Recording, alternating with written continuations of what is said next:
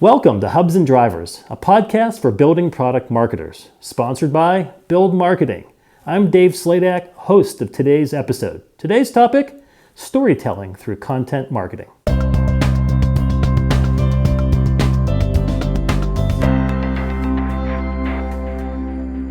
Every product manufacturer has a story to tell. It could be about new product innovations, a new initiative the company wants to tout, or news about a new employee, or an insight that the company has.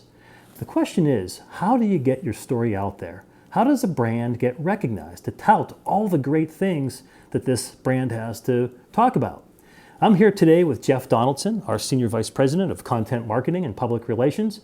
And Jeff's usually in the opposite role here, doing what I'm doing today, hosting the event, and it's big shoes to fill. But Jeff, how are you today? I'm doing well. We have shifted chairs today, no question. Absolutely. Well, Jeff, we want to get your expertise today on something that's really critical to a lot of what we do here at BLD Marketing and in marketing in general today, and that's the idea of telling your story through content marketing.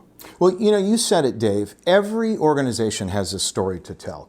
And I like to say in many ways, if you can think back to the time when you told a kid a story, whether you've sat down with your own children or your niece or your nephew or a child you know, and you've had the opportunity to read them a story, if you look at how their eyes light up when they're reading that story, they don't want you to skip a page.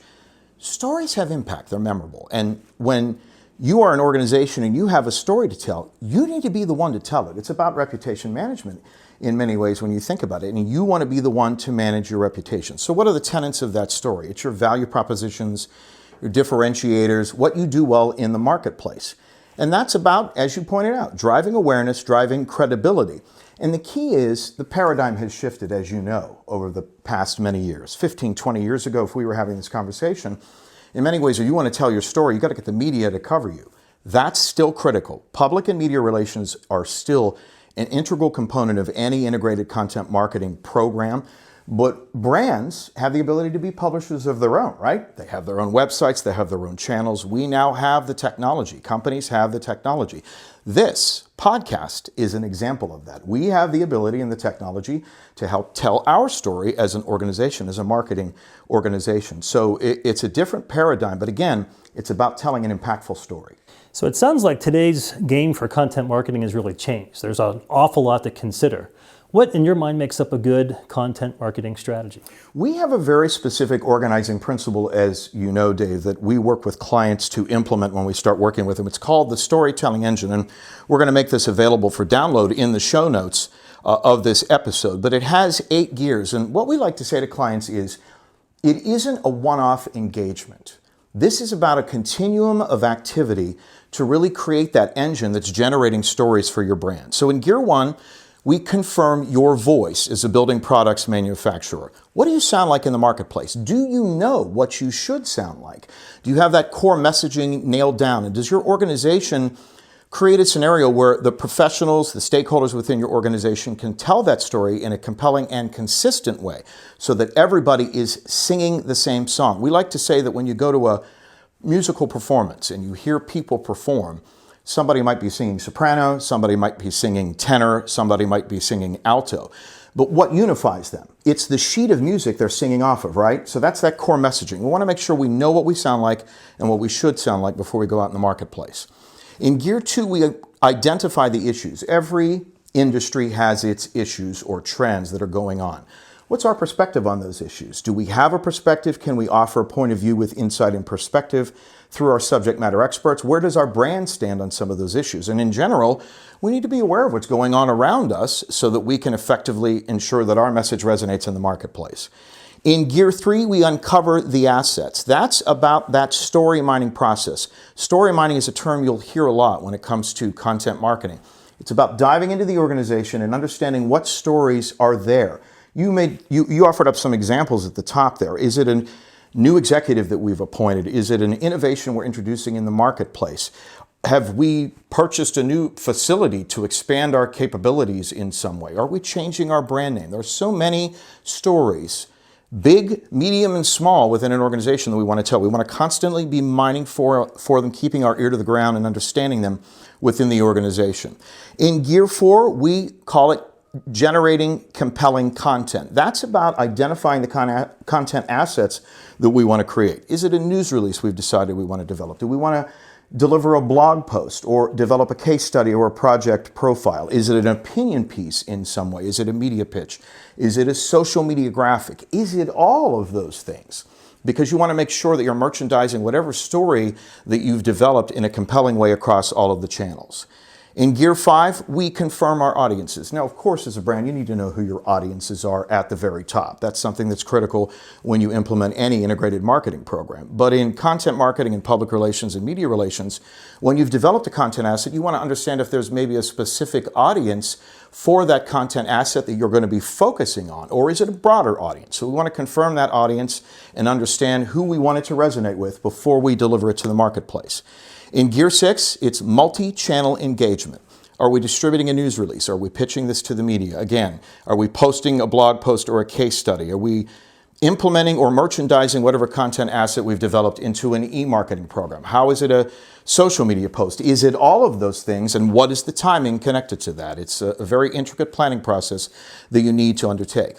And then it's about, in Gear 7, managing and cultivating. You want to manage and cultivate engagement with your prospects and customers if you're sending out an e-blast. You want to understand how it's landed, how people are reacting in some way, and you can gather learnings from that. And then when it comes to media and public relations, you really want to make sure that as a building products manufacturer, you're carefully being walked through that process. We have a very specific methodical process when it comes to media relations. If we get a reporter, and the term, Dave, is on the hook. We have a reporter that's interested. They want to cover a story. They want to interview somebody with our client or the company that we're representing. So we do a risk-reward assessment. We want to anticipate the questions that a reporter might ask. We want to make sure that our client puts its best foot forward in a media interview, because that's a highly charged engagement that can really offer up great ROI with great preparation.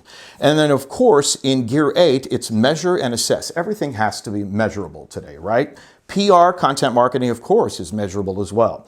When it comes to content marketing, when it's something that's an owned media engagement, in other words, as a brand, you are delivering this information, it's e-marketing or social media, of course, there are plenty of metrics that you can look at, whether it's click-through rate, click to open rate, and that's connected to email. Social media metrics, there are plenty out there.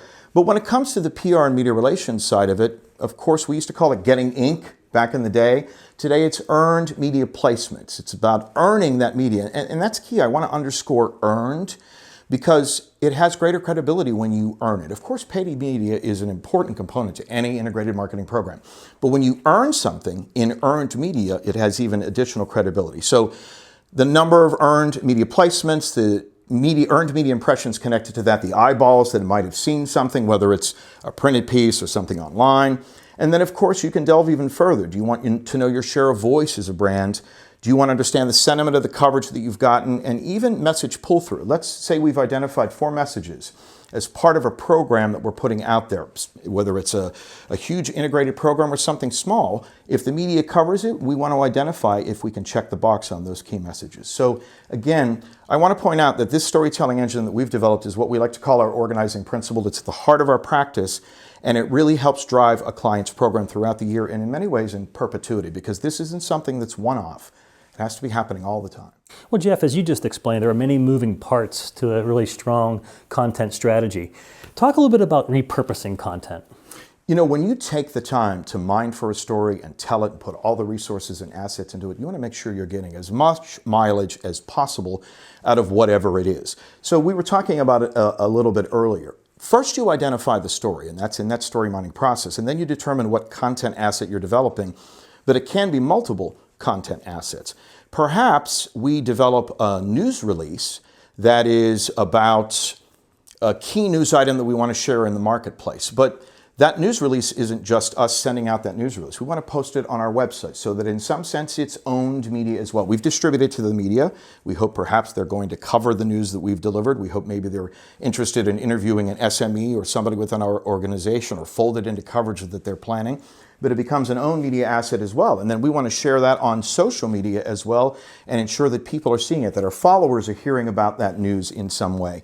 And maybe we decide that some of the metrics or the numbers in that news release are great social media graphics, so we create a separate social media graphic in some way. Or if we develop a case study for one of our clients, and it tells a great story about how their product is solving a real problem out in the marketplace with great pictures, and perhaps there are supporting quotes from an architect or the client's client, the client's customer in some way. Sure, we want to post that on our website, but we want to pitch it to the media and see if perhaps, as we look at editorial calendar opportunities across the trade media, that they might be interested in including that project in their editorial content.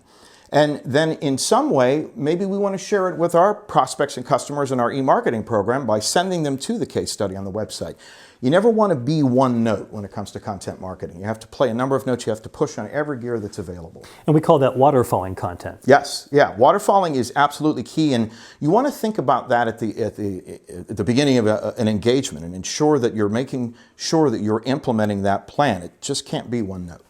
What advice would you give a brand to take a look at content marketing over the long haul? Well, you know, as we've said quite a bit, the key is it's not a one-off engagement. There has to be a commitment at the very highest levels in a building products manufacturer's company to be willing to sustain this kind of effort. It's not something that just, you know, you can take the example of a paid media program. You decide how much money you're going to spend on it. You determine where your placements are going to be, and perhaps it's a 3 or 4 month engagement. Now, good brands are going to be doing paid media all the time, perhaps in spurts, but it's a finite engagement when you look at a paid media program. Earned media and content marketing has to be something that is a commitment in perpetuity in many ways. It's something that has to be a continuum of activity, and that means committing to story mining, always making sure that you're determining what stories are available in the organization and finding compelling ways to tell it over and over again, constantly looking at ways to make sure your brand is out there so that you can generate credibility and awareness for your building products company. There's no doubt about it. Content is king, and any strong marketing program includes a very effective content marketing strategy. That's it for this week. I'm Dave Sladak, filling in for Jeff Donaldson. This is Hubs and Drivers. See you next time.